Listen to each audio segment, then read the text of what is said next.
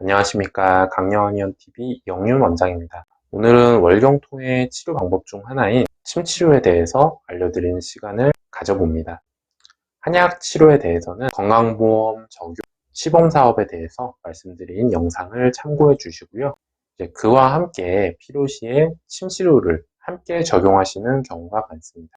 주로 복부나 골반 척추가 경직되고 혹은 틀어져 있는 경우가 되겠죠.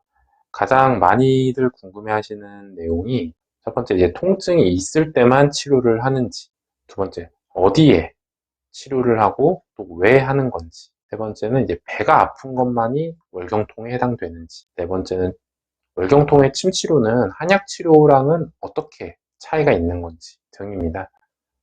한번 천천히 알아보겠습니다.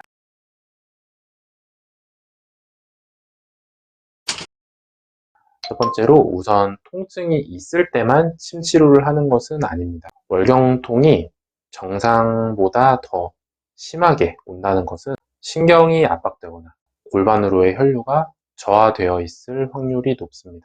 물론 자궁 근족이나 자궁 내막증 같은 질환은 초음파 검사를 통해서 배제를 한 상태여야겠죠. 월경기에만 이런 현상이 나타나는 것이 아니고 이러한 현상이 나타나기 때문에 월경기에 통증이 강하게 나타나는 것이죠. 일반적으로 월경통이 강하게 나타나는 기전 중 하나가 안테리어 큐테니어스 너브라는 게 복부나 척추에서 눌리면서 신경이 통증에 과민해지면서 나타나고, 혹은 자궁으로의 혈류가 정상적이지가 않아서 자궁 내막을 탈락시키기 위해서 분비되는 프로스타글란딘이 더욱 많이 분비되면서 통증이 증가하는 것입니다. 이를 개선하기 위한 침치료, 추나치료, 한약치료는 월경 전후 중을 가리지 않고 시술하도록 되어 있습니다. 그래야 월경기가 도래했을 때 통증이 감소할 수 있는 것이죠. 침치료를 어디에 왜 해야 되는지도 많이 물어보시는 질문입니다. 월경기에 보통 복통이나 요통이 빈발하는 부위가 되는데요. 침치료도 척추, 복부, 골반에 많이 시술하게 됩니다. 추나요법도 마찬가지겠죠. 신경이 압박되는 부위가 이 부위이고, 이 신경 압박을 해소를 해야 월경통이 감소할 수 있는 것이죠. 특히 앞서 말씀드렸던 안테리어 큐테니어스 너브가 압박이 되어 있는 상태를 아크네스라고 하는데요. 이런 분들은 복부나 척추 쪽이 굉장히 굳어 있는 경우가 많습니다.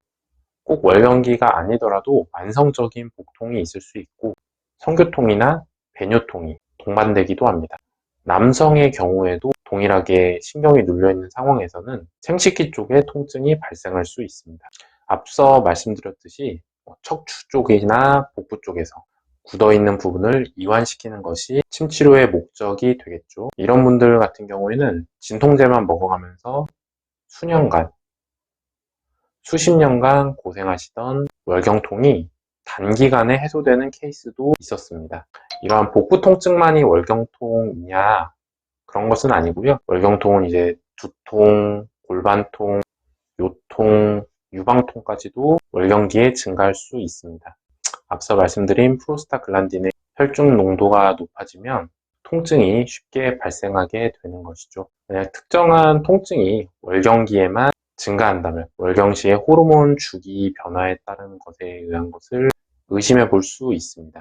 한약 치료와의 차이점은 좀 러프하게 나눠보면, 한약은 내과적으로 화학적인 작용을 통해서 골반강으로의 혈류를 증가시켜서 과도한 프로스타글란딘의 분비를 막는 것이 큰 방향성이라고 한다면, 침치료는 외과적으로 물리적인 신경의 압박이나 혈관의 압박을 해소해서 통증이 발생하는 환경을 개선하는 것이 목표라고 할 수 있겠습니다. 추나요법도 동일하겠습니다. 오늘은 월경통의 침치료 시에 많이 듣는 질문과 그 답변을 정리해 봤습니다. 월경통으로 한의원을 찾으신 분들께 도움이 되었으면 좋겠습니다. 미리 침치료, 추나치료를 해 놓으시면 월경기에 월경통을 많이 줄일 수 있습니다. 시청해 주셔서 감사합니다.